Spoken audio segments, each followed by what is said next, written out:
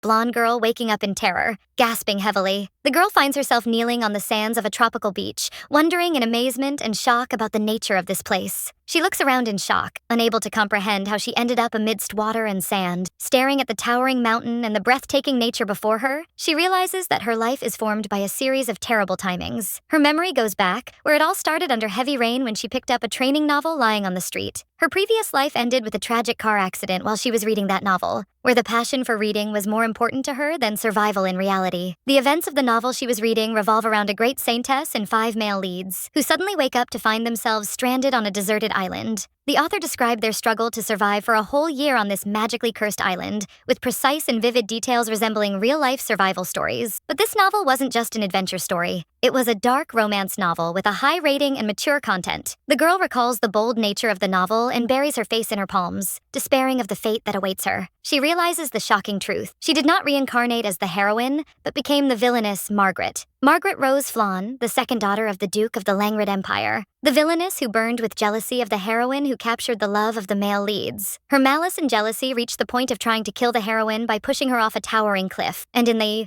end, after playing the role of the villainess throughout the story, she meets her death in a gruesome way at the hands of the male leads who were driven to madness in the middle of the events. She feels a sharp headache and the overlapping of Margaret's memories with her original ones, increasing her confusion. She touches her face and looks at her clothes, certain that she has indeed transported to the novel's world in the villainess's body, wondering in horror if this is real. She stands tall in her luxurious blue dress with the wind messing with her hair, deciding she urgently needs a safe place to hide. Her goal is to survive until the gate opens, which allows escape from the island after 1 year. She realizes she must avoid meeting the Crown Prince Enoch specifically, and vows to herself to be cautious. While all the leads hated Margaret's character, he loathed and despised her more than any of them, making him the greatest danger to her. Margaret remembers the main hero of the novel, the Crown Prince of the Langrid Empire, Enoch Astor Klaus Langrid, with his overwhelming aura and sharp features. Margaret wonders in astonishment why he is here. He seems to be in a deplorable state, sweating profusely, and Margaret mutters words expressing her indignation at this miserable situation she found herself in. Margaret panics upon seeing him, realizing that the survival difficulty level has doubled insanely with his presence. She quickly grasps that the place she is in now is the actual starting point of the novel's events. While Enoch begins to open his eyes slowly amidst faint groans, Margaret realizes this is not the time to stand in a daze, but she must escape from this place immediately before he regains full consciousness. She looks around searching for an exit, finding that the sea blocks the way on one side, so she decides to head towards the forest on the other side as a temporary refuge. But before she gets far, a strong hand reaches out to grab her foot violently, causing her to fall to the ground, screaming from surprise and pain. Enoch looms over her with eyes sparking with anger, asking her in a threatening tone if she thought she could escape from him, reminding her of a vague past conversation. He traps her with his body, preventing her from moving, and repeats his question about her destination. Margaret screams in her depths for salvation, cursing this bad timing that put her in direct confrontation with him. Enoch presses on her jaw with painful force, demanding an explanation for what is happening. From his closeness and accusatory looks, Margaret realizes he believes she kidnapped him and brought him to this island. She feels deep regret for not running the moment she opened her eyes instead of trying to assess the situation, muttering broken words, unable to formulate a coherent sentence. In a desperate attempt to distract him, Margaret points her finger behind him and screams, asking about something. Enoch turns back for a second, and she seizes the opportunity to try crawling away, but he discovers the trick immediately as there is nothing there. He returns to grab her again, asking her angrily if this situation looks like a joke to her. He stares at her with eyes cold as ice, ordering her to provide an immediate and convincing explanation. Margaret screams in his face with sincerity stemming from fear, confirming that she knows nothing and is just as confused as he is. His face draws closer to hers, mocking her claim of innocence,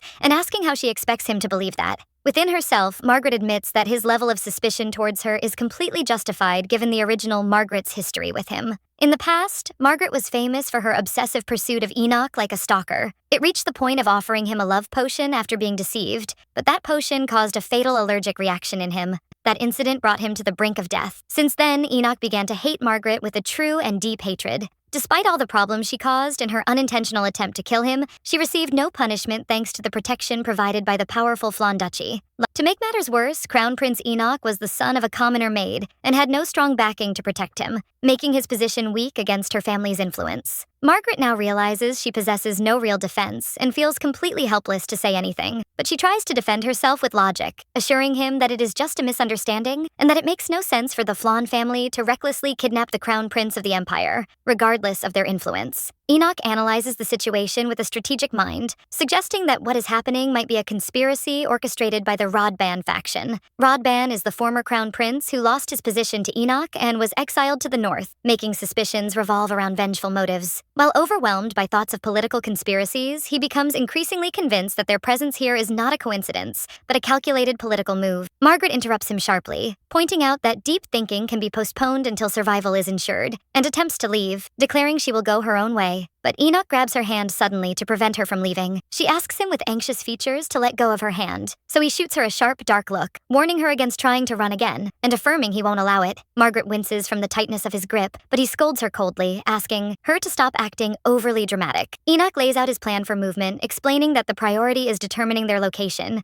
and sees that climbing the mountain to survey the terrain is the optimal choice. He explains his logic, saying that if they are inland, they won't see the horizon, but if they are on an island, the sea will surround them. Margaret hesitates while looking at the sky, noting that the sun has already dipped low and time is running out. She summons information from the original novel in her memory, where this magic-saturated island becomes extremely dangerous after sunset due to the emergence of predatory monsters. She recalls images of wolves and beasts, realizing the necessity of acting quickly before darkness falls. Margaret wisely decides to postpone climbing the mountain until tomorrow, because darkness might surprise them during the ascent, posing a great danger. He shows astonishment at Margaret's rational thinking, which he wasn't used to from her, so she wonders secretly if that was praise or an insult. Enoch confirms her plan to search for a hiding place and explore the surroundings now, postponing the climb until tomorrow.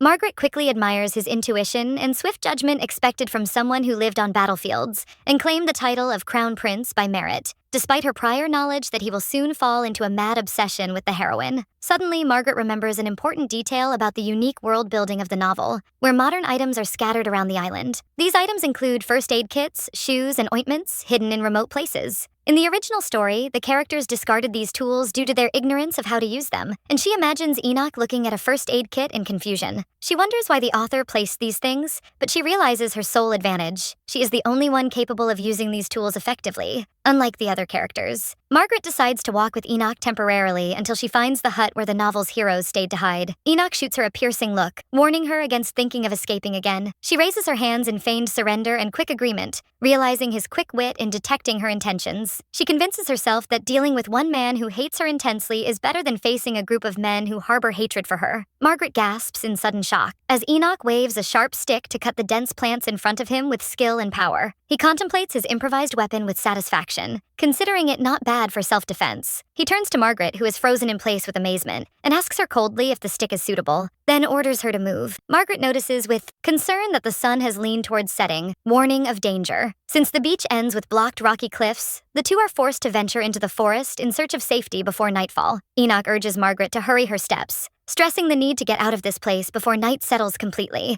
while she calls him in a troubled tone. She suggests, looking around anxiously, that they return to the place where they first woke up as a safer option. But suddenly their conversation is cut short by the sound of a terrifying howl echoing in the surroundings, making them realize with panic that there are wolves in the vicinity. Margaret raises her head to glimpse a wolf standing atop the rocks, and screams, unable to believe her eyes. The wolf leaps towards them quickly, while a glaring question runs through Margaret's mind. The monsters in the novel only appear at night, so why are they attacking now when the sun hasn't set yet? The beast rushes towards her, jaws open, and she lets out a loud scream of terror. At the decisive moment, Enoch intervenes, pulling her towards him to protect her, ready to confront it with the stick he carries. With a swift and powerful movement, he delivers a finishing blow with the wooden stick towards the attacking beast. Margaret is stunned by the scene, as Enoch managed to kill a monster with a single blow using only a tree branch, staring at the wooden spear embedded in the wolf's body in shock. She looks at him with admiration, acknowledging to herself that this superior performance is indeed expected from the main hero of the novel. But Enoch turns to her with a sharp, cold look, his eyes gleaming with something strange, making her flinch in fear, remembering that he has psychological trauma related to blood. Suddenly and without warning, he pushes her away, and she falls to the ground. She feels confused by his sudden behavior, telling herself she can barely take care of herself, so how can she worry about his actions? But she realizes the reason immediately when she sees another wolf appearing in the spot where she was standing, wondering in horror why monsters are appearing despite the sunlight. She recalls the original novel's text, something more important than survival, which clearly stated monsters are only active at night. She realizes the terrifying truth. The condition wasn't night as a time,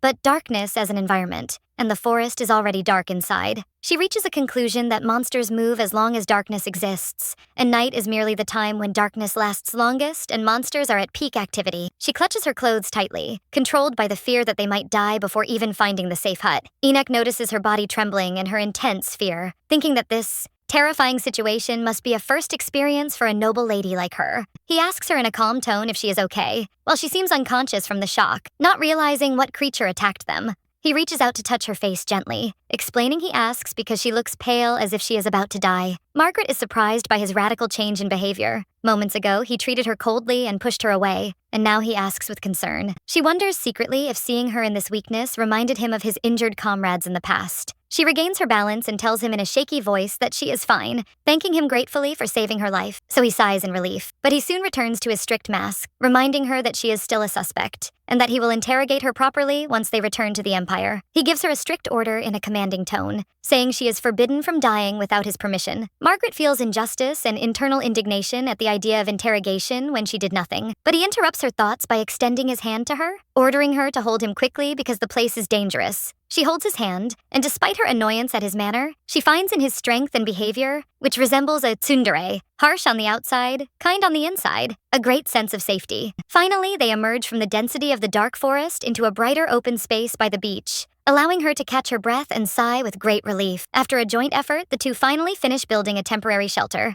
Enoch took charge of gathering branches, pebbles, and large leaves, while Margaret took care of gathering moss from the forest. Enoch invites her to enter and sit inside. Margaret expresses her amazement at his ability to show kindness and politeness, even to someone he holds hatred for, describing his morals as ideal as always. But he quickly places a barrier between them, warning her against getting too close to him and to keep a safe distance, explaining coldly that he does not intend to sleep next to her, to which Margaret replies in her secret thoughts that the feeling is mutual. She asks him how she can be reassured about what he might do, so he shoots her a look full of anger because she didn't speak to him formally. Margaret tries to soften the tense atmosphere by addressing him by his official title with an anxious smile. They sleep together inside the cramped shelter where cold and awkward silence prevail. Margaret breaks this silence by asking him if he feels thirsty. Enoch sighs while sleeping, so she points out that they haven't drunk a single drop of water since arriving on the island, and Enoch warns her implicitly against thinking of escaping. Margaret explains seriously that remaining in this state could lead to their collapse due to dehydration and perhaps death before they can return to the Empire. Enoch jumps up, warning her not to test his patience. So Margaret immediately offers to go search for coconuts or anything similar for hydration, promising to return quickly. She sets off into the forest, and he asks her about the appearance of coconuts in this world, until she finds round brown fruits and identifies them to him immediately with joy. She explains to him enthusiastically that it is a fruit that grows on palms and contains excellent liquid for hydrating the body. Margaret examines the fruit seriously, noting that this one looks good and warns him against eating overly ripe fruits as they might cause diarrhea and increase dehydration. With a swift movement, Enoch presses the hard fruit with his bare hands, splitting it in half with amazing strength, causing Margaret to be astounded. He extends his hand to her, offering the open half. She takes it from him, thanking him, still under the shock of his immense physical strength.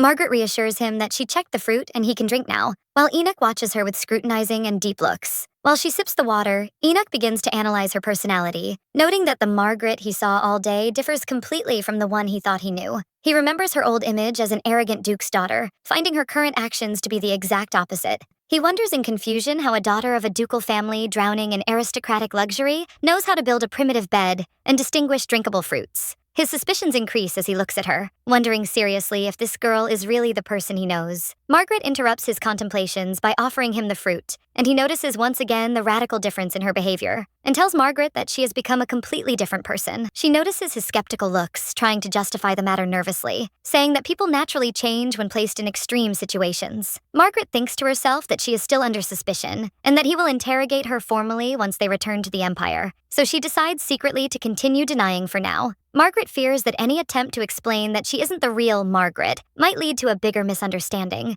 making him think she is the mastermind behind this whole disaster. Enoch comments quietly that radical change is a rare occurrence, but corrects himself, saying that seeing her sound judgment and way of handling the situation makes it seem possible. He concludes his speech with a look of cautious appreciation, noting that an ordinary lady wouldn't have been able to maintain her calm in this manner in such a difficult situation. Margaret enters the small shelter they had built, breathing a sigh of relief and thanking God for passing that crisis safely. But the calm did not last long. As soon as she lay down, she realized the extreme tightness of the space, as she could hear the sound of Enoch's breathing clearly right next to her. She finds herself forced to sleep pressed against his back in an extremely awkward position, wondering with internal indignation how she is supposed to doze off like this. As they try to sleep, Margaret recalls the details of the confrontation with the wolf, realizing that the creature was no ordinary animal. Enoch comments that the wolf emitted an evil and dark aura that exactly resembled the aura of demonic beasts. He tries to test his power, only to discover with shock that his sword aura is not responding or activating, confirming Margaret's worst fears. She remembers the truth about this cursed island. It is a place where neither mana nor divine powers work, where magical and religious symbols appear bound by chains, meaning everyone is stripped of their supernatural powers. She realizes they must survive using only their bare hands.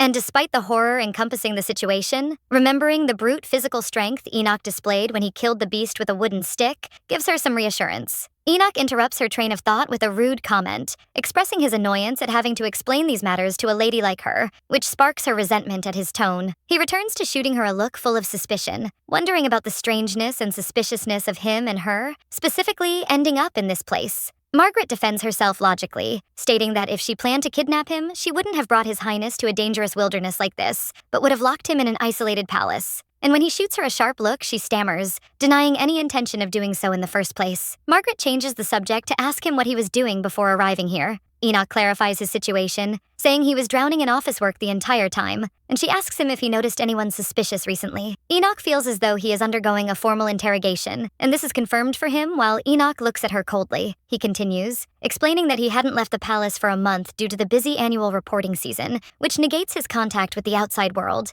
Margaret looks at him with pity, describing him as a miserable workaholic, before he catches her off guard with a question about her own activity before the accident. She remembers the embarrassing truth. She was in her palace fawning over a picture of him she had obtained with great difficulty. Realizing the impossibility of saying that, she concocts a quick lie, claiming she was enjoying tea time in her family palace's salon. Enoch looks at her skeptically, as she admits she cannot narrow down suspects because she is a social person and meets many people due to her position. Enoch decides in the end that it is still too early to pass judgment, and Margaret announces the end of the interrogation at this point. She suggests to him that they conserve their energy and try to sleep now. They plan to climb the mountain tomorrow to scout the location, while Margaret seems tired and complains to Enoch about the heat. Before they sleep, Enoch draws a dividing line on the ground, threatening to throw her into the sea if she crosses it, to which she replies that she wouldn't cross it even if he paid her. Margaret begins to analyze the situation, recalling the characters currently on the island: the captain of the Imperial Guard, the crown prince of the Kingdom of Hestia, the High Saintess, the Archbishop, and the Archmage. She realizes that all the important figures of the Empire have been gathered here, which means the target isn't Enoch alone. She remembers details from the novel where everyone was supposed to wake up in scattered places on the map. In the original story, Enoch was supposed to be in an argument with Margaret on the beach when he meets the heroine,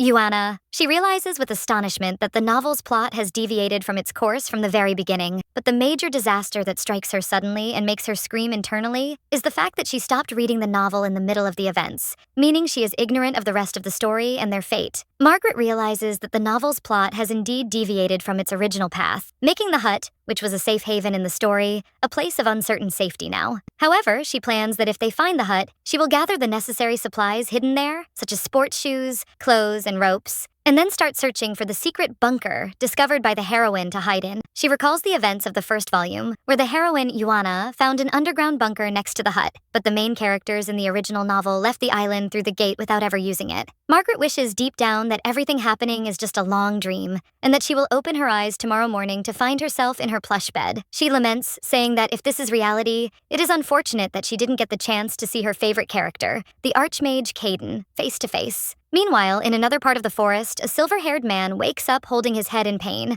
wondering in amazement where he has arrived, as if in response to the mention of his name. The next morning arrives, and Margaret wakes up to discover with regret that it wasn't a dream, but a bitter reality. She feels a severe cold running through her limbs, realizing she nearly froze to death last night. She decides firmly that from now on, she must make sure to light a fire before sleeping to ensure warmth. Suddenly, she feels something heavy covering her shoulders, looking to find that it is Enoch's coat. She turns to find Enoch already awake, greeting her with her formal title, while she looks surprised by his early rising. She notices dark circles of exhaustion around his eyes and realizes with shock that he stayed awake all night to keep watch and didn't close his eyes for a second. So she grumbles at him, pointing out that they don't know how long they will remain stuck here without food, scolding him for wasting calories, and reminding him of the necessity of climbing the peak today. Enoch interrupts her speech in a serious tone, explaining to her that he hasn't decided yet whether she is a trustworthy person or not. Margaret listens to his harsh words, but thinks about the stark contradiction between his words and actions. He says he doesn't trust her, yet he took off his coat to cover her while she slept. She smiles with slight sarcasm, telling herself that she has never in her life met a person whose actions contradict their words to this degree. The sound of her stomach rumbling cuts through the charged atmosphere, so she suggests shyly that they fill their bellies with coconuts first before ascending the mountain, and Enoch agrees reluctantly. After an arduous journey, they reach the peak, confirming what they had feared. The sea surrounds them from every side, confirming without a doubt that they are stuck on an isolated island. Margaret realizes with sorrow that this scene confirms she is indeed inside the high-rated anxiety and tragedy novel she read. Enoch strikes the rock with his fist angrily, cursing this fate, and asking in oppression, "Why must it be an island of all places?" He messes up his hair with his hand in a state of collapse and loss of control, screaming a question about who sent them to this hell. Margaret looks at him in shock, for she has never seen Enoch, the strong crown prince, look so defeated and broken before. Margaret realizes the situation is bleak and grim for her, just as it is for him. She remembers that the dimensional gate won't open for a full year, and wonders in terror if she is capable of surviving all this time amidst these male leads destined to go mad. She decides she must find a chance to escape as soon as possible before Enoch loses his mind, but she notices he has exhausted all his energy in climbing the mountain. She watches his deteriorating condition with concern. He looks pale and staggering, and she realizes it is dangerous to leave him in this miserable state. Margaret summons memories of her previous life as an assistant scout leader, and her responsible nature overcomes her desire to flee. She decides to postpone her escape plan temporarily and sets new priorities to take measures ensuring their survival together. She extends her hand toward Enoch, who looks on the verge of collapse, and suggests to him firmly and calmly that they go back down now that they have confirmed the nature of the place. She looked into his eyes with a gaze full of challenge and hope, announcing her determination that they will overcome this situation and survive it together, and return home safely after that. Enoch looks at her in astonishment. Even he, the veteran warrior of battlefields, couldn't sleep and burned much of his energy, while this noble lady seems incredibly composed. Margaret realizes that Enoch, in that exhausted state, won't be able to make sound judgments, so she decides to take the initiative herself. She reaches out to hold his hand tightly, which surprises him with her unexpected boldness, while she urges him seriously to move and descend immediately before the monsters start appearing. As she pulls him behind her, Enoch looks at her hand gripping his in silent amazement. After moments of silence, he whispers a faint and sincere word of thanks to her for saving the situation. But suddenly, a loud and high-pitched stomach growl cuts the silence of the moment, completely shattering the serious atmosphere. Margaret's face turns red from extreme embarrassment, while Enoch looks in shock at the source of the sound, trying to comprehend what he just heard. Enoch comments with a slight smile, noting that climbing the mountain has indeed drained their energy and suggests they fill their bellies as soon as they descend. When they reach the beach, Enoch asks her curiously if she really intends to catch fish. Margaret replies with confidence and enthusiasm, asking him to trust her just this once. Without warning, Margaret lifts her luxurious dress boldly to be able to wade into the water, revealing her legs. Enoch is struck with panic and extreme shame, and turns his face away quickly, while she asks him innocently to start a fire until she finishes. Enoch stands with his back to her, his face burning red, and Margaret wonders about the reason for his exaggerated reaction. She talks to herself in confusion and bewilderment about whether this is the first time he has seen a woman's legs, making him act in this unfamiliar way. Margaret asks him if he knows how to light a fire, and he regains his composure, confirming his military experience when he was cut off from his unit in the Roma-Lizan battle. She grabs the stick and leaves him to handle the task, while she heads towards the sea. Margaret recalls information from the novel, remembering that except for the wolf-like monsters and giant reptiles, the rest of the animals on the island are completely normal. She contemplates the fish swimming in the clear water, certain that they are just ordinary animals that can be eaten. She resolves to hunt, realizing that coconuts alone won't suffice to satisfy their hunger and give them the necessary energy. She holds the wooden spear in a combat stance, determined to absorb real nutrients from meat. Although she said it with confidence, she admits in secret that this is the first time she is trying sea fishing and wonders anxiously if she will succeed. She tries to reassure herself with her previous experience spearfishing in rivers. Despite the different environment, she begins executing her strategy. The first step is finding gaps between rocks where water gathers and doesn't flow out. She explains the reason to herself, which is that waves push small fish into these gaps, trapping them by the rocks. She moves to the second step, which is crushing the small fish stuck in the stones, then scattering their remains in the sea to be bait, attracting larger fish. Margaret stands amidst the waves with intense focus, holding her breath and waiting for the right moment. Suddenly, and with a swift, snatching movement, she brings the spear down powerfully towards the water. She raises the spear triumphantly to find a large fish thrashing at its end and screams with overwhelming happiness at her success. She praises herself proudly, wondering if she is a genius to succeed on the first try. As she stands tall under the sunlight, she realizes that the harsh camping days she lived in Korea in her previous life have made wildlife suit her surprisingly well. Overwhelming happiness and a massive sense of accomplishment wash over Margaret as she stands amidst the waves.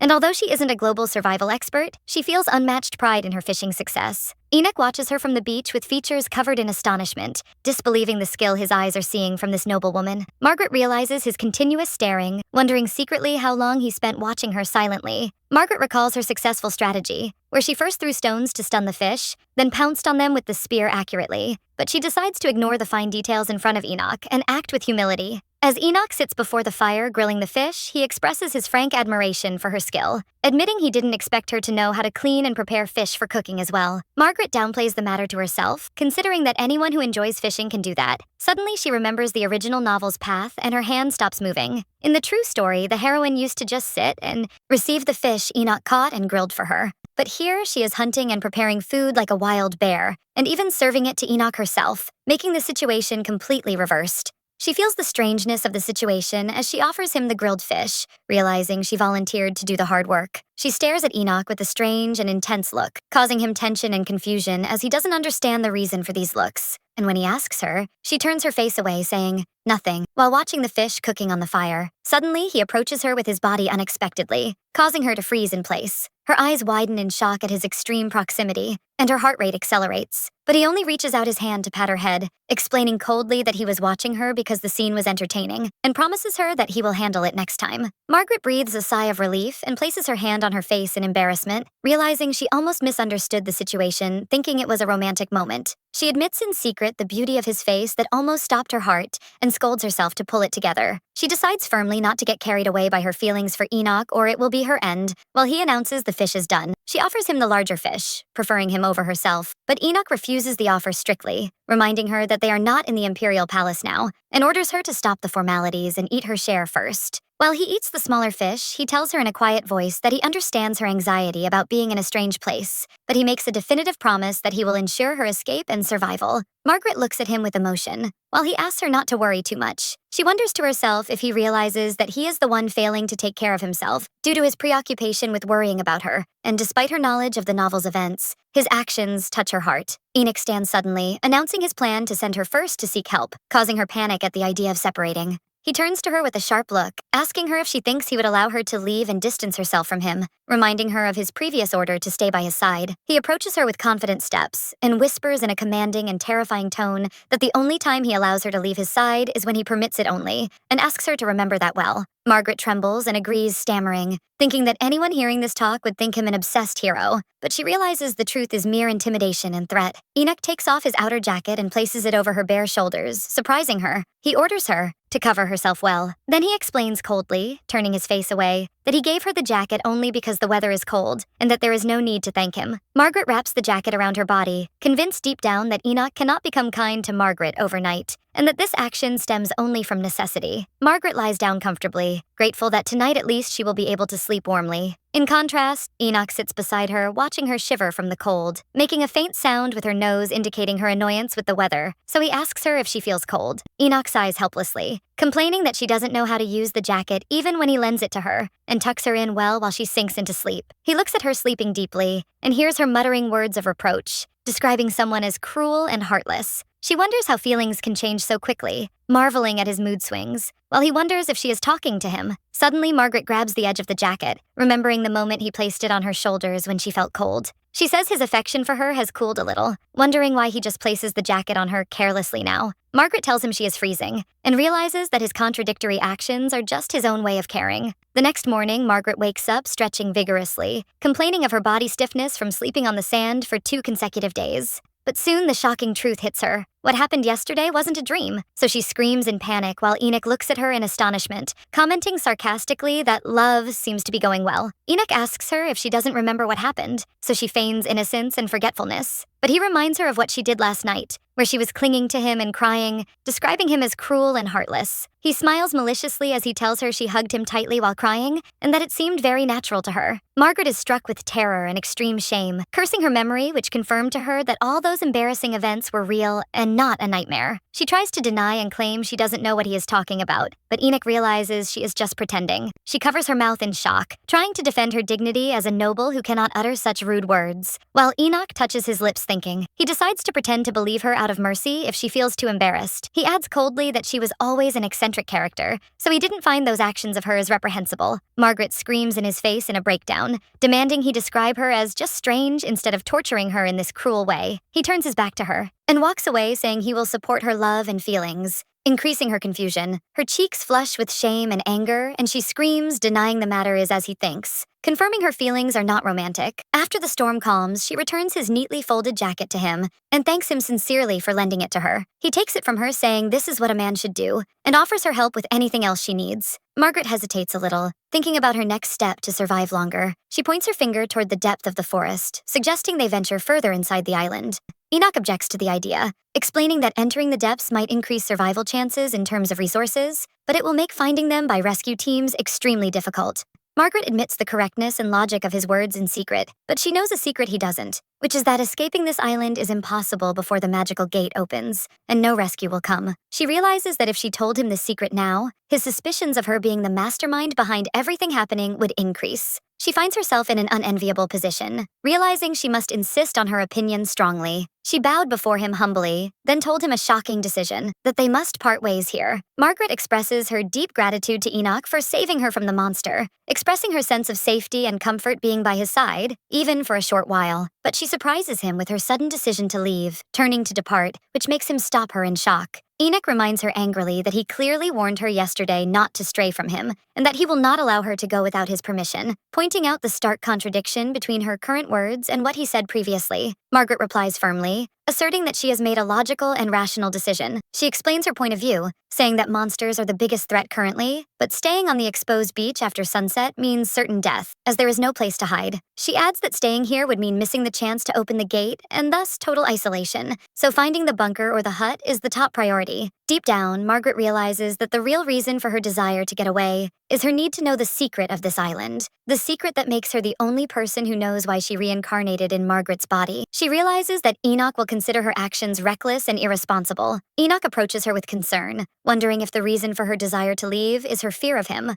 He wonders if she is afraid he might hurt her, but Margaret realizes that he wants to keep her close to watch her because she is suspicious. Margaret surprises him by saying she is stronger than she looks, reminding him of what she has accomplished so far in hunting and building. Enoch interrupts her firmly, announcing that he will accompany her and will not let her go alone, asking her not to worry about him but about herself. Margaret is touched by his decision, while he announces that he will accompany her and continue looking for a way to seek help and escape. And she wonders secretly if living together has made him open up a little. Margaret agrees with a smile, thinking that building trust slowly with Enoch might change her tragic fate in the future. As they walk in the forest, Margaret notices something and draws Enoch's attention to it. Enoch points to a rocky cliff, explaining that similar places usually contain caves beneath them. Despite the ruggedness and danger of the path, they agree that it might be the best shelter available currently. Enoch watches Margaret climbing with difficulty, wondering in amazement if she learned all these skills in the Duke Flaun's palace. Margaret realizes his silent questions, so she decides to provide a vague and ambiguous answer to evade explanation. She claims she received various training from her family, so Enoch believes her naively, thinking that the Duke was very harsh in training his daughter.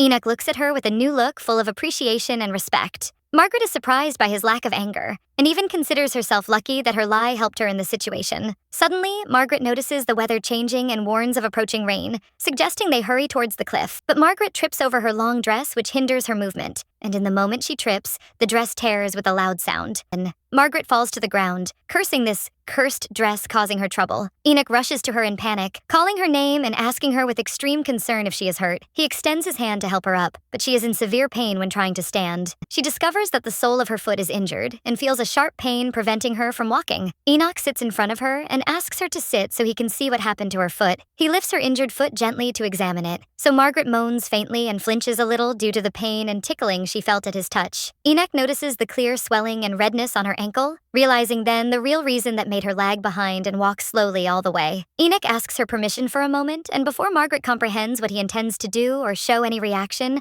she finds herself suddenly carried in his arms. She lets out a scream of surprise, her face burning with shame from this unexpected closeness, while he carries her. Steadily, she asks him in amazement and confusion what he is doing, so he answers her with complete seriousness that this way is much faster to reach the rocky cliff before the rain surprises them. He begins walking with wide strides, ordering her to hold on to him well so she doesn't fall. Margaret feels extremely shy, finding her face very close to his chest, telling herself that the distance between them is excessively close.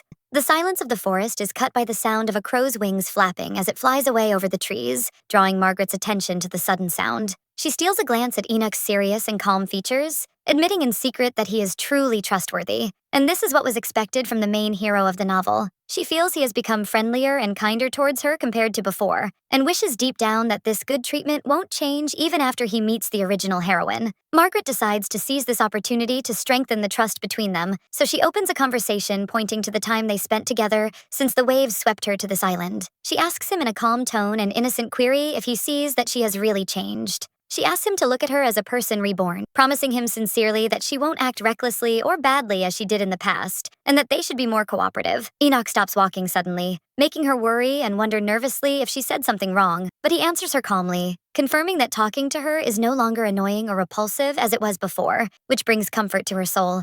But soon his tone changes to become sharper and more serious, as he explains to her categorically that despite that, he will not develop any romantic feelings for her no matter what happens. He emphasizes that what he is doing now is merely acting with propriety and duty, nothing more and nothing less. He warns her coldly with a sharp look against hanging any false hopes on him, because that will bring nothing but trouble and distress to both of them. Margaret is shocked by his harsh frankness, feeling a lump in her throat in tension, thinking she didn't mean that, but the situation has become awkward. Suddenly, the silence is broken by a strong and suspicious thudding sound, causing them to freeze in place. And Margaret wonders fearfully about the source of this sound. They hear the sound of heavy footsteps approaching from multiple directions, and Margaret realizes with horror that the sun hasn't set yet, meaning monsters shouldn't be active now. Her eyes widen in shock and amazement when she sees huge red wolves appearing out of nowhere behind Enoch. The monsters attack fiercely, and she screams at Enoch, warning him, so she falls from his arms during the chaos. Enoch screams her name anxiously while trying to fend off the wolf that attacked him, while she tries to comprehend the situation. Margaret looks around to find herself surrounded by 3 predatory wolves looking at her with shining, hungry eyes, making terrifying sounds. One of the wolves jumps towards her with jaws open to devour her, so she gasps in terror and freezes in place. At the last moment, Enoch intervenes and deals a crushing blow to the wolf, knocking it away from her and to the ground. While grabbing another wolf with his bare hand, he screams at Margaret in anger and fear, ordering her not to stand in a daze and to search for a safe place immediately. Margaret pulls herself together amidst this nightmare, looking ahead with wide eyes, realizing she must fight and move now to survive. Margaret moves quickly to escape the wolves, controlled by a heavy feeling that she cannot continue being a burden to Enoch in this way. Realizing she must act fast and climb a nearby tree to survive, suddenly a predatory wolf appears right behind her, biting her dress. She lets out a loud scream of terror, cursing her long and heavy dress that hinders her movement and prevents her from escaping. In that critical moment, Enoch defeats one of the wolves and rushes towards her, while Margaret screams internally in anger at her helplessness and the whole situation. But the nightmare isn't over, as the wolf appears with its mouth agape ready to devour her, and Enoch screams her name, warning her in a voice filled with panic. Amidst this imminent danger, Margaret's mind goes back in memory, recalling a situation with Enoch at the palace, where she wondered then about the reason for his extreme stubbornness. She remembers how he refused to marry her or even get engaged, and how she looked down on him. She believed deep down that she possessed something he didn't, which was pure noble blood. She realizes now with deep regret that her harsh words and arrogant behavior in the past are the logical reason for Enoch's cold treatment of her. She tells herself that even if Enoch shows some positive feelings towards her now, she feels deep down that he will never truly love her.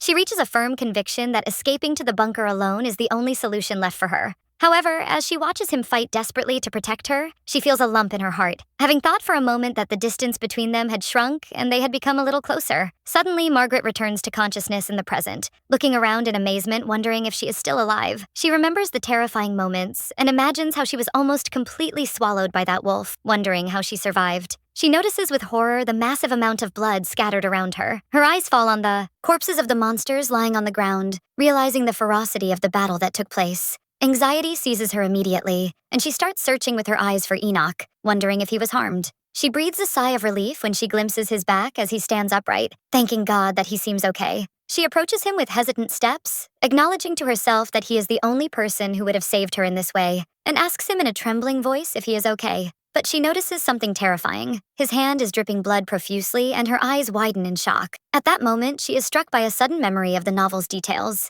She remembers the side effects Enoch suffers from after the war, where he enters a state of berserk frenzy whenever he sees human blood. She realizes this state forces his body to exceed its extreme limits, and won't stop until he collapses completely from exhaustion. Margaret is certain she must stop him immediately before things get worse. She runs towards him, apologizing silently, while he turns to her with terrifying, savage looks. In a desperate move, she brings a huge piece of wood down on his head with force. Margaret screams while holding the wood, justifying her action to herself that if she hadn't done it, he might have killed her in his fit of rage. Suddenly, rain pours down heavily, so she carries Enoch while he is unconscious on her back. After a while, she finds herself sitting beside him in a safe place, unable to think clearly and not even realizing how she managed to drag him and bring him back here. She looks at him with extreme concern, noting that he is in very poor health. When she examines his wound closely, she notices a strange blackness around it, raising her terrifying suspicions that the monster's claws might have been poisonous. Margaret tears the hem of her silk dress forcefully, determined to use it as a makeshift bandage. She proceeds to bandage the unconscious Enoch's wounds with extreme caution, telling herself that the situation is very urgent and that she must provide at least basic first aid to save the situation.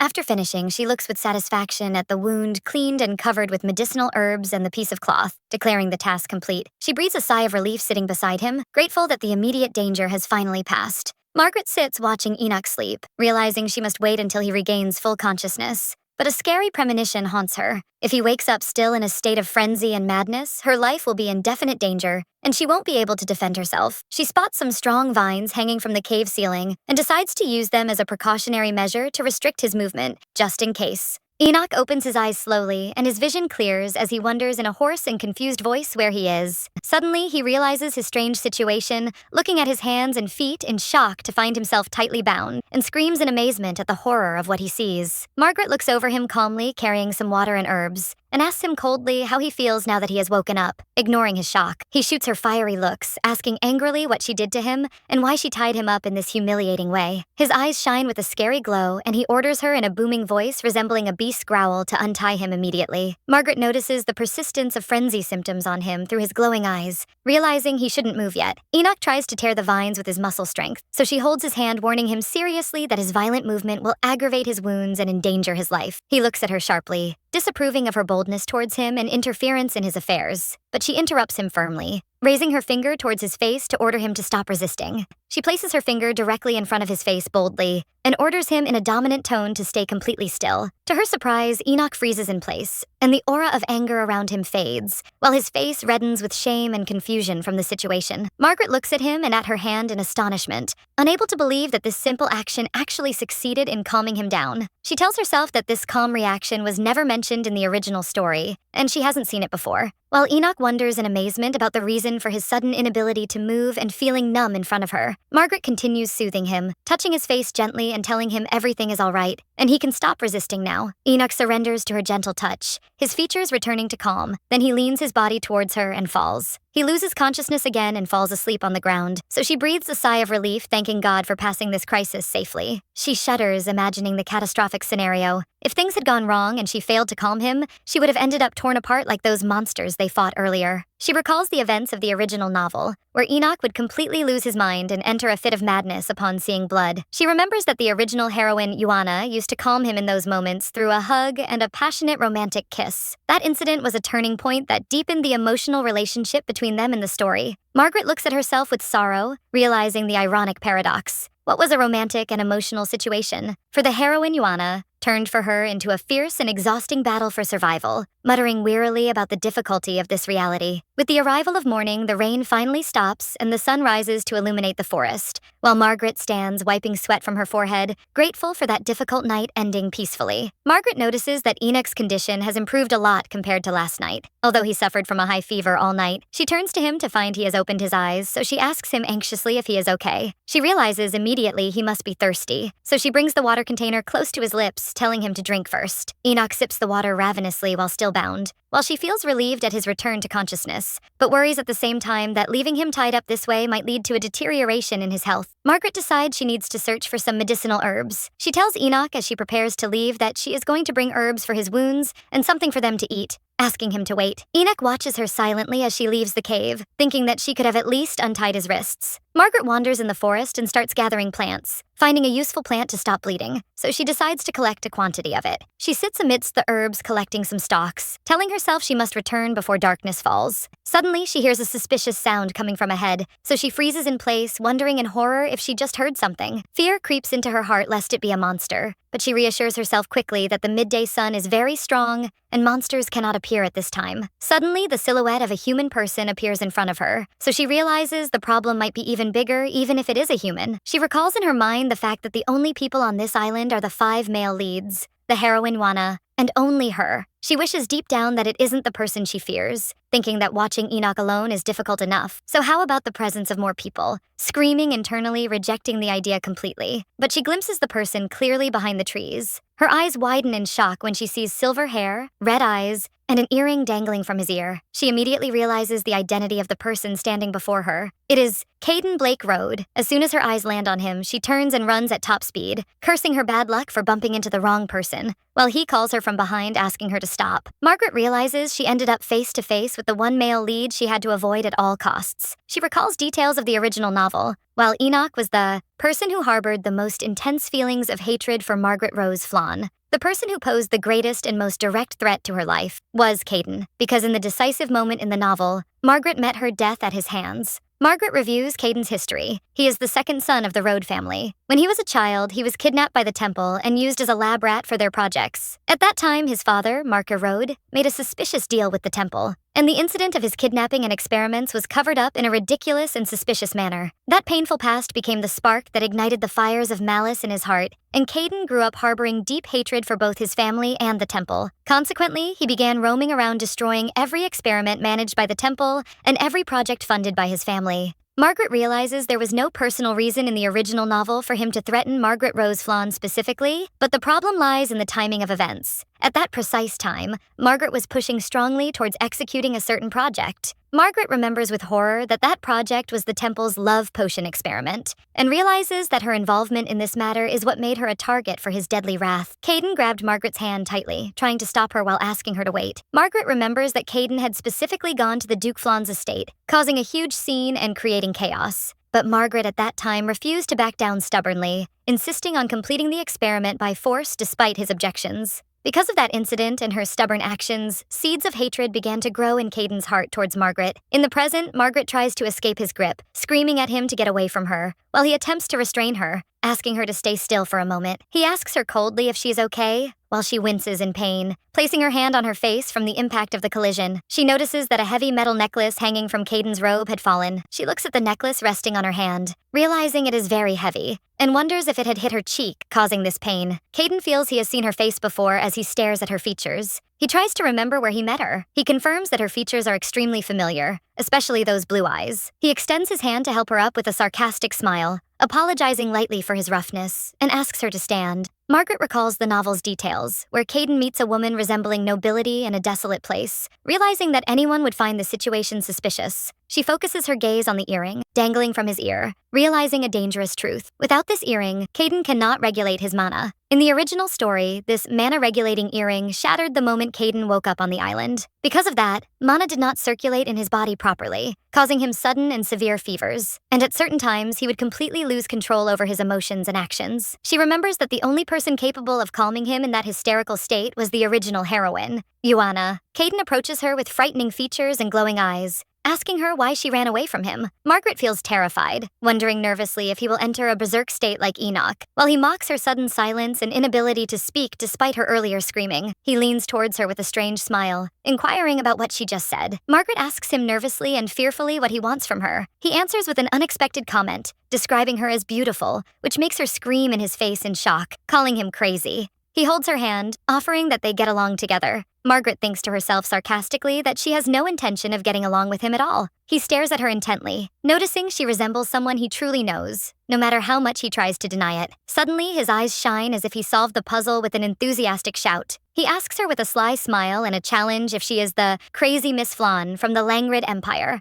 Margaret's anger ignites at the title, and she screams in his face, objecting to being called crazy. He holds a lock of her hair, pointing out that she has the same hair color too, confirming his suspicions. Margaret slaps his hand away forcefully, screaming at him, scolding him for his rudeness and audacity to say such things and touch a weak lady. She looks at him coldly, saying, "It's fine." While Margaret's memory goes back to the moment Caden came to the Flan mansion demanding the suspension of the experiment's sponsorship. Margaret remembers that fleeting moment from the past, when her eyes met his amidst a crowd of knights. It was an extremely brief and quick encounter, but it left an indelible mark. Caden stands before her now, trying to gather his memory, while she tells herself that her features might not be entirely clear in his mind now, giving her a chance to evade. Margaret asks him nervously, feigning ignorance of his identity, but he answers with a sharp look and confident tone, introducing himself, Caden Blake Road. Caden approaches her suddenly, cornering her with piercing looks, and asks her seriously if she truly knows who he is, then tilts his head whispering a direct question, "So you aren't really Miss Flan?" Margaret denies it quickly and categorically, so Caden smiles a mysterious smile, muttering that it is a good and relieving thing. His features change suddenly to become more savage and threatening, as he admits with a terrifying smile that he hates that woman, Margaret, intensely, and cannot stand her existence. Margaret feels the blood draining from her veins, seized by true terror at his words, and looks dripping with malice, describing her feeling as her blood drying in her veins. She realizes the level of danger this man represents is completely different from Enoch's previous threats. She is certain deep down that Caden is indeed the person capable of ending her life in cold blood if he discovers her truth. Suddenly, Caden stops in his tracks, and his features change from threatening to astonished, puzzling Margaret, who wonders about the reason for this sudden shift in his behavior. Caden staggers and falls heavily on her unexpectedly, so she screams in shock. Margaret tries to support him, asking him in amazement about the meaning of this action, while he mutters incomprehensible words describing the situation as strange. He buries his face in her neck, whispering in a sleepy voice that a sweet scent is emanating from her body, causing her panic and disgust. Margaret screams internally, rejecting this closeness, trying to push him away with all her might. She notices his focus is completely scattered and he is in a temporary state of weakness, realizing this is her golden opportunity to escape. She gathers all her strength and kicks him in the leg, so he falls to the ground screaming in pain. She turns and runs at top speed, ignoring his call for her to stop and wait. Margaret runs panting through the forest, realizing that even if Caden didn't kill her now, her fate is death at his hands someday if she stays close to him. She suddenly reaches a dead end, finding herself standing at the edge of a towering cliff. She looks down in terror, spotting some hanging vines, and while trembling with fear at the idea of dying by his hand, she decides to take the risk. She grabs the vines and jumps to the other ledge, telling herself she doesn't want to spend her time in terror like this. She thinks having a dangerous person like Enoch beside her is enough, and she doesn't have the energy to tolerate Caden as well. Caden reaches the cliff's edge and looks to the other side, expressing admiration and surprise, wondering sarcastically if she is truly a delicate noble lady as she claims. Margaret hides among the bushes panting, wishing he wouldn't chase her here, considering getting rid of one of the male leads an amazing achievement. Suddenly, she notices something shining in her hand, discovering she is still holding Caden's brooch, which she snatched unconsciously during their struggle. She looks at the shining brooch, anxiously, wondering in terror if he will chase her now not to kill her, but to retrieve this precious item. She raises her head to notice the sun has begun to set, meaning the time for monster activity has arrived. She realizes moving recklessly now would be very dangerous, noting she ran very far from the cave so as not to reveal Enoch's hideout to Caden. She feels momentary anxiety for Enoch, whom she left alone and injured in the cave, but she shakes her head, dismissing the thought, deciding her concern for herself comes first at this moment. She spots a suitable place to hide under a rock by the stream, deciding to take refuge there. She sits there, determined to stay still until the sun rises and she can move, but suddenly something touching her foot catches her attention. She looks down at her feet curiously, wondering what this object is. Her eyes widen in astonishment when she realizes what the shining object in front of her is, screaming internally, telling herself to wait and confirm.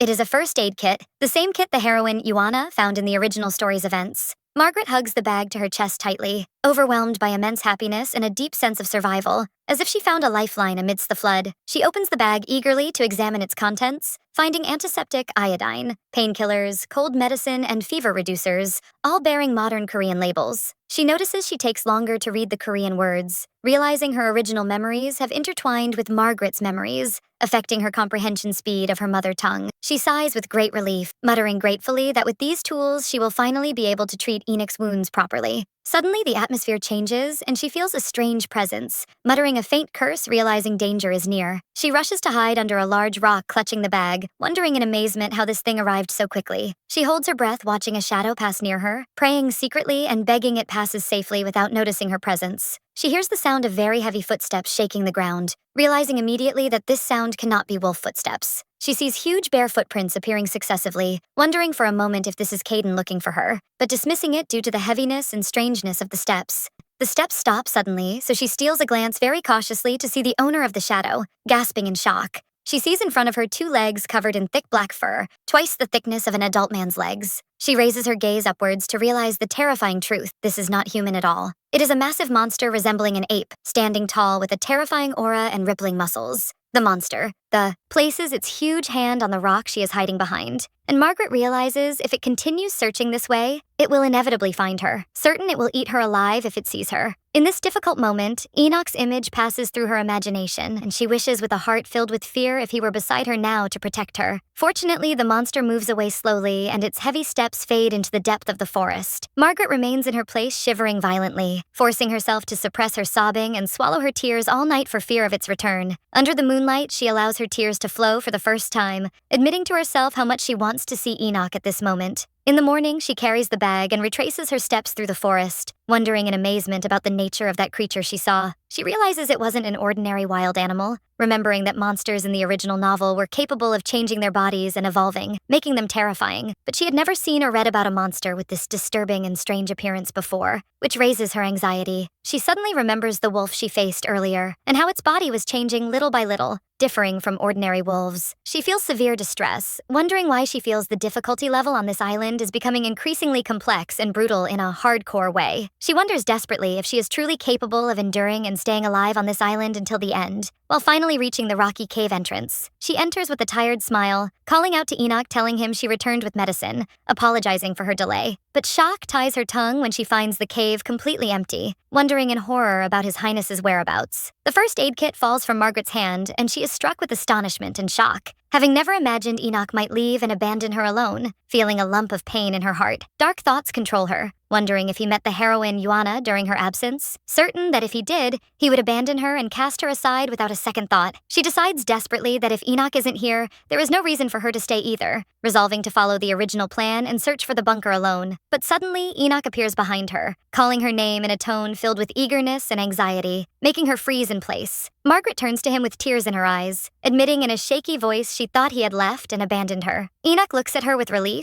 and she notices his complexion has improved slightly. Telling him quietly she is happy about that, Margaret feels confused by his intense and deep gazes, wondering secretly why he is looking at her this way again. She thought Enoch was thinking about the moment he woke up and didn't find her, where he felt panicked and wondered if harm had befallen her during her absence. She realizes with shock that Enoch thought she ran away and left him, which hadn't crossed her mind. She extends her hand towards him, clarifying the misunderstanding, reminding him she told him beforehand she was going to search for medicinal herbs and wouldn't leave him. Margaret's features brighten suddenly, opening the first aid kit proudly, announcing she found a valuable catch instead of herbs, before realizing she interrupted his serious moment. Enoch stares at her blankly, and Margaret realizes the word valuable catch or modern terms are strange to him, and he doesn't understand them. Enoch notices something abnormal in her stance, pointing out there is something wrong with her injury, but Margaret tries to change the subject with a nervous smile, suggesting they treat his wound first. Suddenly, Enoch approaches her quickly and grabs her, surprising her. He looks directly into her eyes with a sharp gaze full of emotions, ordering her in a strict voice never to do that again, explaining seriously that he won't be harmed, warning her against doing something dangerous like this again just to find some stupid herbs. He places his forehead against hers, making Margaret wonder in amazement about the reason for his strange behavior and this sudden romantic atmosphere surrounding them.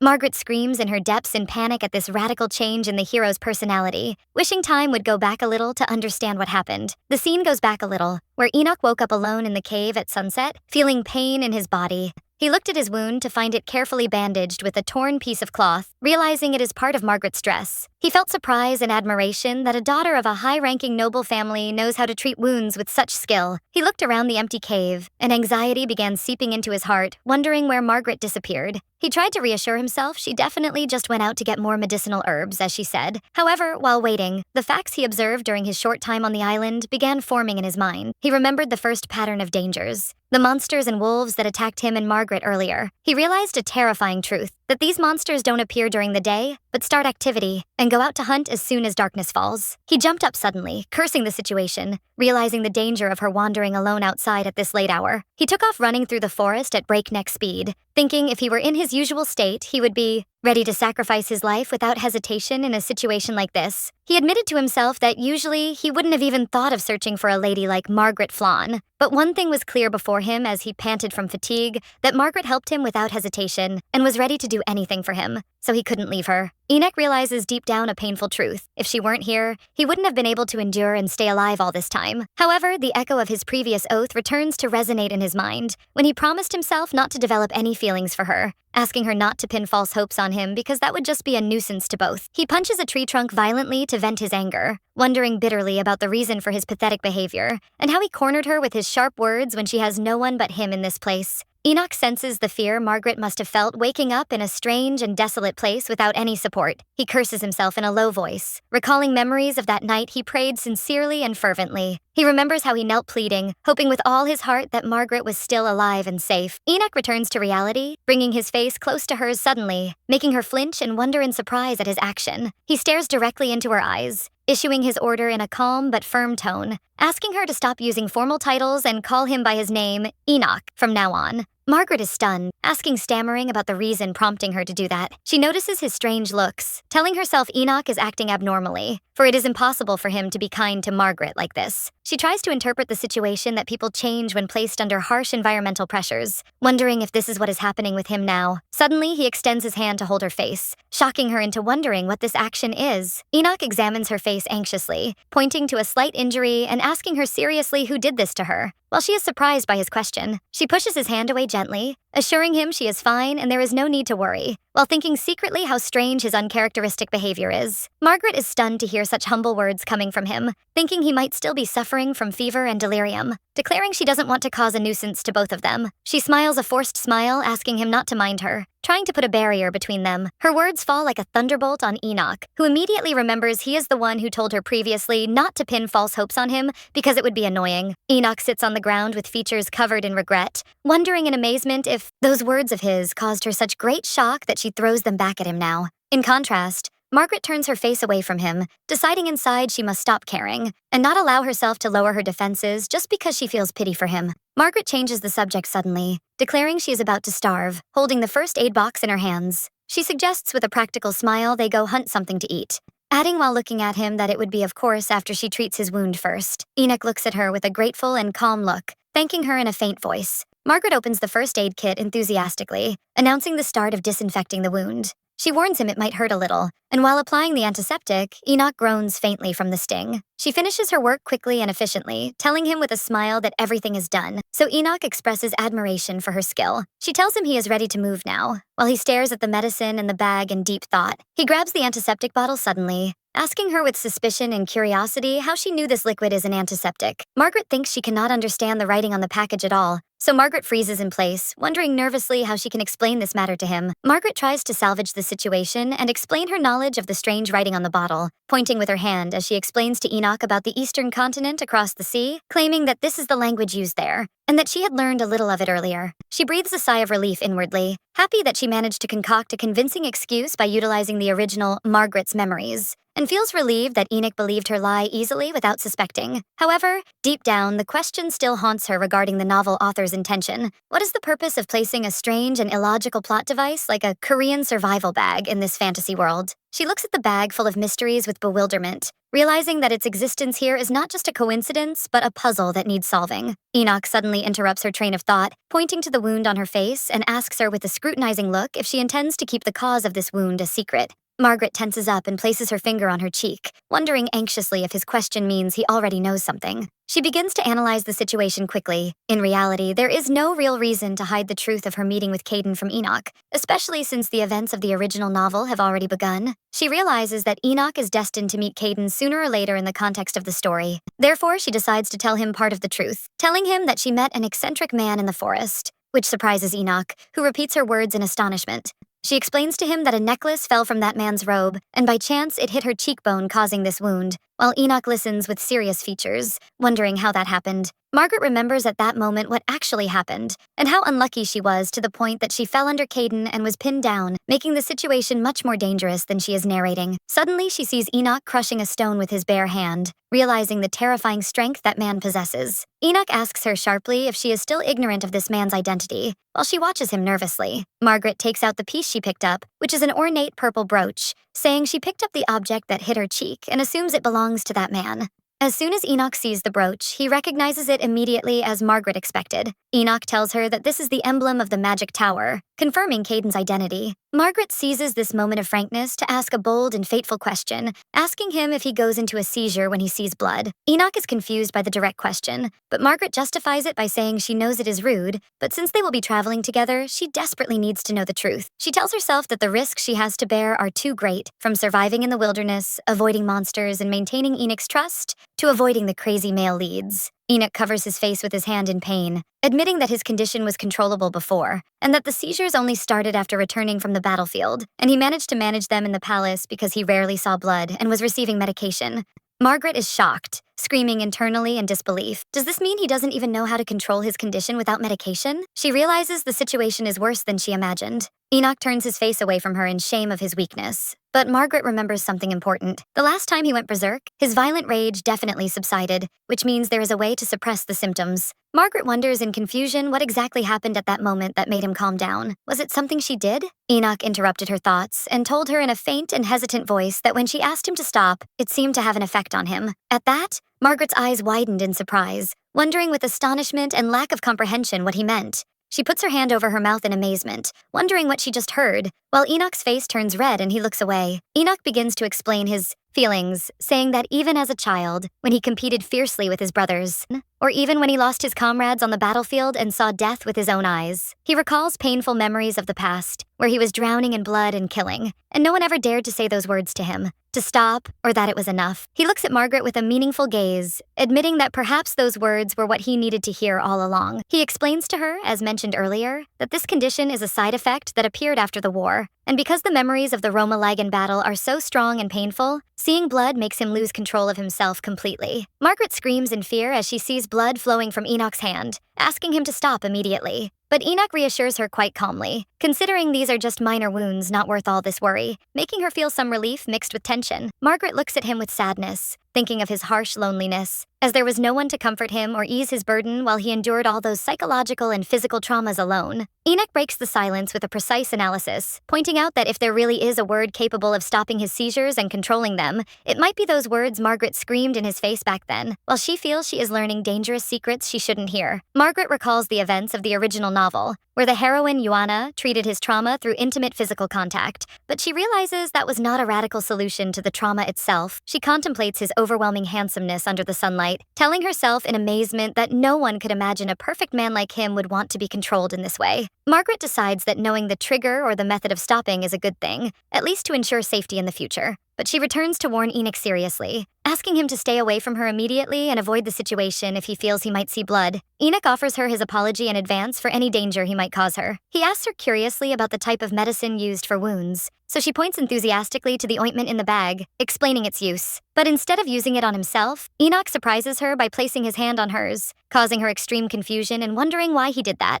Enoch points to her face, asking her seriously if she should apply some ointment there as well. He approaches her with serious features, asking her sharply what that man did to her this time, and orders her to come closer to him. Margaret explains nervously that what happened was just an accident as she told him before, hiding from him the fact that she had kicked Caden and fled, and that she lost her way and hid until morning. Enoch begins to apply the ointment to her cheek gently and issues a strict order that she shouldn't think of moving alone until they escape this island. Margaret agrees with a fake smile, while confirming inwardly that she is lying, of course, and has no intention of abiding by that. She realizes now, after meeting Caden, that staying quietly by Enoch's side is not enough to ensure her safety. She tells herself of the necessity to find any clue about the location of the secret bunker as soon as possible. However, it seems that the exhaustion from the arduous journey finally took its toll on her, as Margaret collapsed completely and remained bedridden for several days suffering from illness. She finally wakes up and sits by the stream feeling nauseous, complaining that she never expected to suffer from an upset stomach in a place like this. She realizes that drinking impure water is the cause, and decides it is better for her to make an effort to drink pure water from now on. Margaret begins to apply a method to purify water. She places a coconut shell filled with stream water at a higher level, places an empty container at a lower level, and secures them well. Then she connects the two containers using a long strip of tightly braided cotton cloth, so that half of it hangs on each side. She explains the process to herself. Over time, impurities settle at the bottom, while moisture travels through the cloth by gravity to drip into the empty container, and after that, she will boil the collected water. The process succeeds, and she finally gets clean drinking water, rejoicing in her achievement. She looks at her torn dress,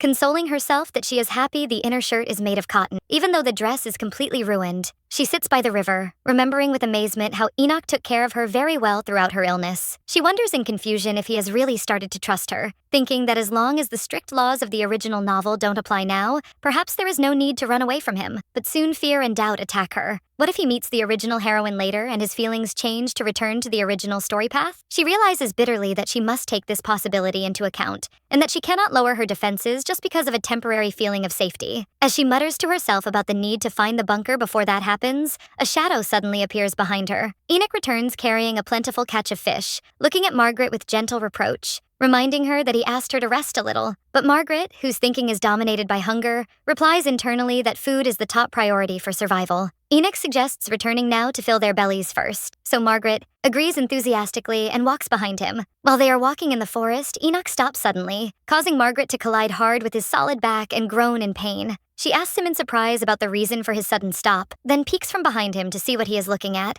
only for her features to freeze in shock. She sees an unexpected scene, a silver-haired man lying amidst the flowers, appearing unconscious. Margaret immediately realizes it is Caden, while Enoch mutters a faint curse, calling him a bastard, indicating he recognized him too. Enoch intends to advance toward the man with clear aggressive intent, so Margaret tries to stop him and asks him to wait. Margaret looks anxiously at the unconscious Caden. Enoch asks her coldly if this is the man who owns the necklace that caused her wound, and Margaret answers hesitantly in the affirmative. She wonders in confusion how he ended up here, as she was confident she succeeded in misleading him and escaping. So was he wandering randomly until he reached this place? Enoch issues an immediate judgment, declaring strictly that they must tie him up, which astonishes Margaret. Enoch justifies his decision cautiously, explaining that this man might possess dangerous abilities, so they must exercise extreme caution. Margaret tries to object stammeringly, but Enoch grabs her hand hurriedly, pointing out that the sun is about to set and they must move quickly before dark. Suddenly, Caden pulls her towards him forcefully, and Enoch asks her anxiously if she is okay. Margaret tells him she is fine. As he suggests starting to move their luggage to the hideout, Margaret is surprised that she cannot escape Caden's grip. She looks down to find Caden's hand gripping her tightly while he is still lying on the ground. Enoch approaches her, asking her to wait until he helps her. Then he helps her free her hand from Caden's grip.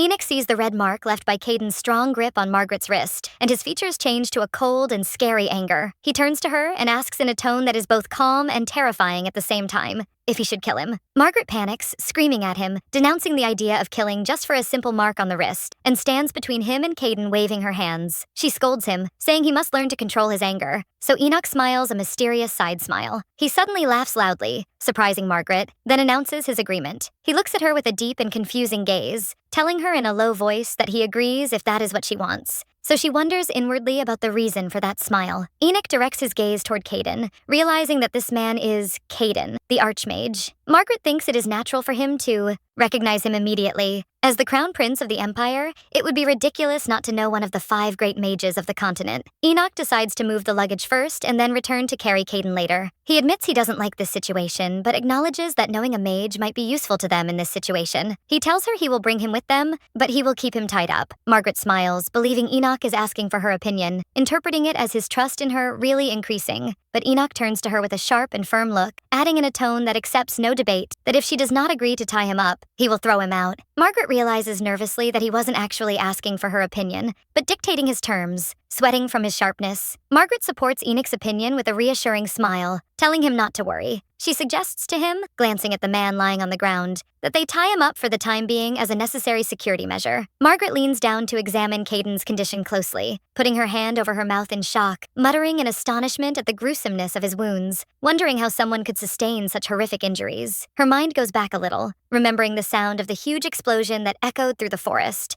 Guessing internally that the explosion is the reason behind this miserable condition. She contemplates Caden's pained face as he groans faintly, wondering if he was at the center of that explosion. Margaret decides to postpone questions until he regains consciousness, turning to Enoch and warning him seriously against looking at the wounds because they are very gruesome and might affect him. But her warning came too late, as Enoch's body begins to tremble. His face turns red as he holds his head in pain, asking her in a voice filled with conflict to tie him up as well before it's too late. Suddenly, Enoch loses control of himself and rushes towards Margaret, cornering her, causing her to scream in pain and surprise, asking him to stop. Enoch pauses for a moment, panting with a flushed face, while Margaret realizes as she looks at him that the command method she used before really works. She thinks inwardly in amazement that despite his immense physical strength that could crush her easily, he surprisingly turns into an obedient and pure person as soon as she acknowledges the command aloud. Margaret gathers her courage and looks directly into his eyes, ordering him to stay away from her and stop immediately. She focuses her gaze on him with sharpness and control, repeating her command with one firm word, now. Enoch responds to her command, and his raging aura begins to recede as his tense body relaxes, and he falls to the ground unconscious. After controlling the situation, Margaret sits sighing in relief that things ended peacefully, while tying Enoch with plant vines, telling herself to stay more vigilant from now on. While tightening the bonds, she feels frustration and confusion, wondering how the original novel characters managed to survive without her,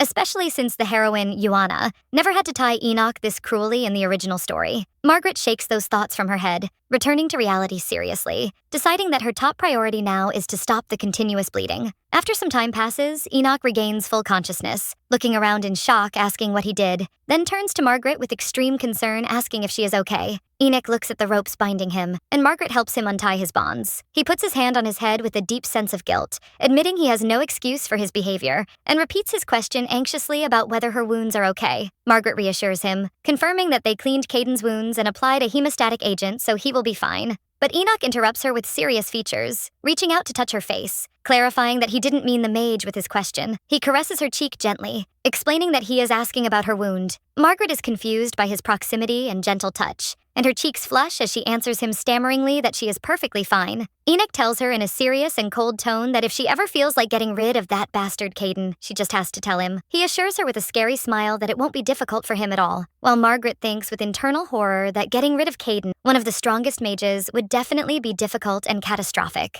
Margaret imagines the situation and wonders if Enoch is trying to provoke the mage's anger again, while Enoch insists that killing him would make things much easier. Margaret feels a shiver from his words, looking at him suspiciously, wondering if this man is actually serious about his lethal threats. She puts her hand on her head in despair, genuinely fearing that they will end up losing their minds and going insane, just like in the original novel. That day passes with them treating Caden's wounds and taking turns guarding him throughout the night. In the morning, they look at Caden, who is still unconscious, and Margaret wonders anxiously if his wounds are poisoned like the monster that attacked Enoch earlier, staring at Caden's pale face. The next day, despite the passage of time, Caden has not yet woken from his coma, but the regularity of his breathing and the calmness of his features indicated that his condition was constantly improving. The two decide to leave him in place temporarily to explore the area surrounding the cave in search of an exit or a better shelter. They walk through the dense forest, and Margaret suffers severely from the high heat and suffocating humidity that makes her pant and sweat. Margaret recalls her memories of the original novel, confirming to herself the existence of a bunker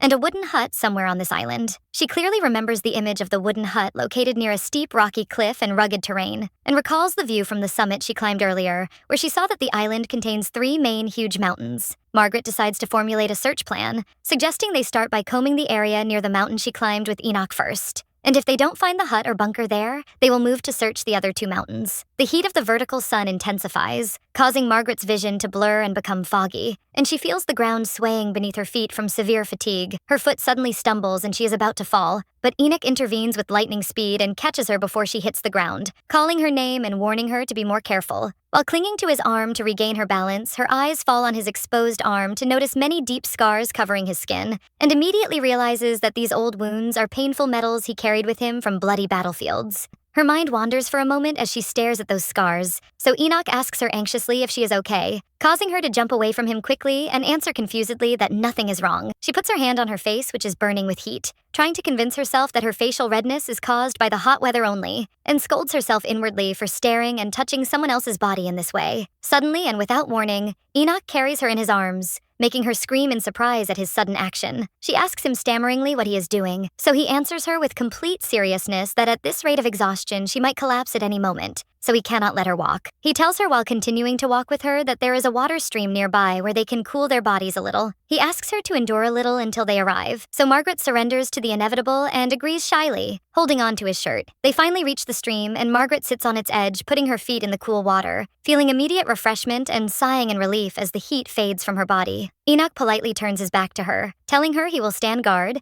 and asks her to take her time resting before leaving. He intends to move away a little, but suddenly turns to tell her to call him if she needs anything, only to freeze in place at what he sees. He sees Margaret trying to take off the top part of her dress, revealing her skin. Enoch is shocked by the scene, and Margaret asks him innocently what he just said because she didn't hear him well due to the sound of the water. Enoch spins around with lightning speed, turning his back to her again, and tells her with extreme nervousness to forget it, while placing his hand on his chest trying to calm his racing heartbeat, and orders himself to pull it together. He speaks to himself in amazement, describing her as shameless for her indifference, while wondering what kind of inappropriate thoughts he is having towards a noble lady. Meanwhile, Margaret faces a real problem, trying hard to reach the back buttons of her dress, but her hand doesn't reach them. She turns towards Enoch and asks him to help undo the knot or buttons she is unable to reach. Enoch's face turns red with embarrassment and shock, and he asks her in a shaky voice what she just said, unable to believe what she is asking of him. Margaret repeats her request clearly, asking him to undo the buttons, admitting inwardly that the situation is embarrassing for her too. She explains to him seriously, shivering from effort, that she has no choice but to take off the dress, because if she enters the water with it or it gets damaged, she won't find anything else to wear later. Enoch covers his eyes with his hand, trying to escape the situation, while Margaret begs him in a soft voice to help her. Finally, Enoch gives in to her request, approaching her slowly and with extreme tension, as his trembling fingers begin to undo the buttons of her dress one by one, while a heavy and charged silence prevails between them. Enoch asks Margaret suddenly, while standing behind her, about the first thing she would like to do once she is able to leave this island. His question, which came out of nowhere, surprises her, so she thinks a little before answering that first and foremost she wants to wash her body with soap, then wishes to eat a fancy and proper formal dinner. She conjures up in her memory the image of the last formal dinner she had at the Floyen family mansion, where the table was filled with steak, lobster, and delicious cuisine. She realizes deep down that she wasn't the one who actually ate that food, but the original Margaret. But now Margaret's memories have become an integral part of her own memories. She admits to herself that no matter how delicious the food is in this world, and no matter how luxurious and shiny the jewelry she could wear, she still misses her original home in Korea, where she was born and raised. She remembers her previous life with sorrow. Although she was an orphan with no friends and no one waiting for her return home, nostalgia still pulls her there. She snaps out of her daydream to ask the same question to Enoch, asking him about his first wish after getting out, so he answers hesitantly that he is unsure. Margaret is annoyed by his vague answer and waves her fist in the air, grumbling, scolding him for his coldness while she answered with complete seriousness. So Enoch asks her quietly not to get excited. He holds her hand gently, telling her in a low voice that if he answered honestly about what is on his mind, it would put her in a difficult and embarrassing position. Margaret stammers, wondering in amazement what he means. And suddenly, Enoch pokes her exposed back with his finger, making her jump in fright. He explains with a small smile that he finished undoing the buttons a while ago, but she was the one who remained standing still. Margaret's face burns with shame, and she screams at him saying he should have told her instead of staying silent, wondering inwardly when he became so cunning. Enoch raises his hands in surrender with a charming smile, apologizing to her lightly, while she thinks in amazement that this behavior doesn't resemble the serious Enoch she knows at all. Margaret runs quickly towards the water, screaming at him, warning him categorically against looking back at her. While she takes off her clothes and gets into the water, she thinks with a pounding heart that his personality has really changed. She immerses her body in the cool stream water, feeling refreshment and comfort seeping into her limbs. She enjoys swimming a little, but reminds herself of the necessity to finish exploring and return before sunset. so she decides to get out now. She looks around, searching for her clothes, only to discover something strange. Her dress is not where she left it. She asks Enoch loudly if he knows where she put her dress, so he answers, still turning his back to her, that he doesn't know why she is asking him about the dress she took off herself. Margaret sinks into the water up to her nose, realizing with horror that her dress has disappeared completely. Suddenly, Enoch stops moving and his body language changes, raising Margaret's concern, who asks him stammeringly not to turn around. But Enoch seems tense and doesn't answer her, so she wonders what is happening, noticing his sharp gaze towards the forest, wondering if there is someone else in the place. Enoch mutters unintelligible words, staring at the dense trees, while Margaret hears the sound of rustling trees. Enoch's eyes shine sharply, and he grips his wooden stick tightly, asking Margaret to wait in her place for a moment because he will comb the area first. Enoch leaves the place cautiously, leaving Margaret alone in the water, feeling fear and confusion and cursing this mysterious situation. Enoch ventures into the forest, tracking a suspicious movement he noticed. Suddenly, he pounces with lightning speed and a professional combat move on a person hiding in the bushes, pinning him to the ground with the tip of his wooden spear. Enoch looks coldly at the man wearing a knight's uniform, addressing him sarcastically that there are many faces on this island he hasn't seen in a long time, calling the man Sir Diego. Diego smiles nervously while under gunpoint, apologizing to His Highness for keeping him waiting. The man lying on the ground asks in amazement about the meaning of this surprise attack, so Enoch answers him coldly, pressing him with his spear, saying that this question is one he should be asking. Enoch recognizes the man's identity, pointing out that he is the commander of the Imperial Guard, and asks him in astonishment how he ended up on this island when he should have been in the Empire. Commander Diego explains in a pained voice that he lost consciousness suddenly during training, and when he opened his eyes, he found himself lying by the riverbank, confirming he has no idea what happened. Enoch lifts his spear off him, so Diego gets up and dusts off his clothes, thanking His Highness for forgiving him. Diego asks Enoch how he arrived as well, so Enoch answers that it's the same for him. He was working in the Imperial Palace, and the next moment he found himself waking up here. Enoch asks him seriously if he discovered anything regarding the distress signal, but Diego denies it with regret, explaining that the current situation makes sending any signal impossible. Diego adds important information, saying there are 2 other people in his group, and that they met the same mysterious fate, sparking Enoch's interest, who wonders about the identity of this group. Diego reveals that his companions are the Crown Prince of the Kingdom of Hestia, Arthdal, and Bishop Ruzef, noting that they all woke up in similar circumstances. Enoch laughs with bitter sarcasm, noting it is a very strange coincidence to gather only key figures from the Langridge Empire and the Kingdom of Hestia in one place. He tells himself that he initially thought it was a plot orchestrated by the Rodban faction to target him personally, but considering the quality of people gathered here, it seems bigger than that. Enoch wonders to himself who is behind this, but quickly dismisses these thoughts to focus on a more important and urgent matter, directing a sharp look towards Diego. He asks him a strange and sudden question, if there is anyone among his companions who needs to wear women's clothes, which shocks Diego and leaves him dumbfounded by the nature of the question. Diego justifies his action that the situation is an emergency, and there is someone in his group in desperate need of those clothes, while Enoch thinks in confusion that this doesn't seem like something Crown Prince Arthdal or the bishop would need. Diego sweats and asks nervously if Enoch is accusing him of something shameful. Enoch's gaze intensifies in sharpness and anger, making Diego feel danger. Enoch redirects the tip of his spear towards Diego's neck threateningly, ordering him strictly to answer the question correctly, and without evasion. Diego raises his hands in surrender with fear, assuring His Highness that he is a knight of the Empire and not an enemy to him. Enoch smiles a terrifying smile, telling him he should have offered this excuse before stealing his companion's clothes, clarifying the reason for his anger. Diego drops another bomb, revealing that Ioana Lucy is also in his group, shocking Enoch into silence. Enoch repeats the name in amazement, unable to believe the Saintess is here. He conjures the image of the Saintess who appeared in the Empire for the first time in 100 years, possessing unique holy powers. Enoch laughs with dark sarcasm, commenting that even the Saintess was not spared from this disaster, and ended up on the island, proving to him that God does not exist. Diego asks stammeringly, trying to connect the events, if that woman possesses no clothes. Enoch explains sharply that the dress Diego stole is the only outfit his companion owns. He corners him with logic, saying his theft of something like this has no justification unless the Saintess with him is standing completely naked and needs to cover herself. Enoch notices Diego's silence and confusion, deducing intelligently, since he cannot speak, this means the Saintess is indeed wearing clothes, implying he stole the dress as a spare. He extends his hand, ordering him to return the dress immediately, so Diego takes out the hidden dress and hands it to him in shame. Enoch takes the dress, instructing Diego to meet at this spot once every 10 days, asking him to inform him in advance if they have to move to a distant location.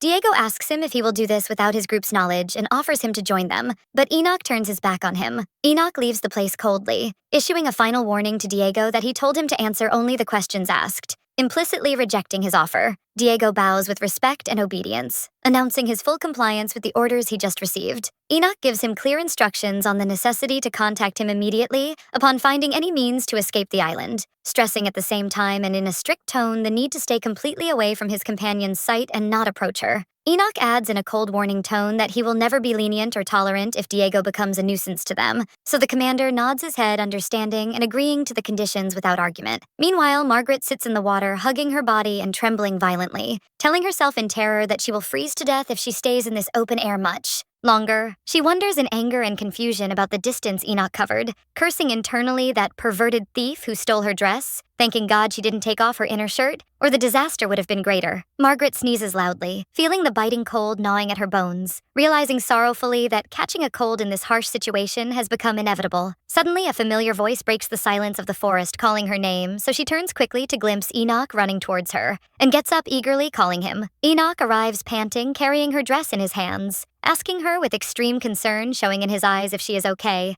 Apologizing sincerely for being late, her face lights up seeing the dress, and she cries out with overwhelming joy because he found it, then runs towards him quickly to get out of the cold water. She sighs with great relief that this crisis is over, but suddenly violent dizziness hits her, and she feels her head heavy and her vision blurs completely. Her body loses balance and she falls into the water making a loud sound, while Enoch screams her name in panic, rushing towards her, trying to catch her. As she floats on the water's surface with her eyes rolling back, she mocks her physical weakness, describing herself as truly fragile like a glass fish.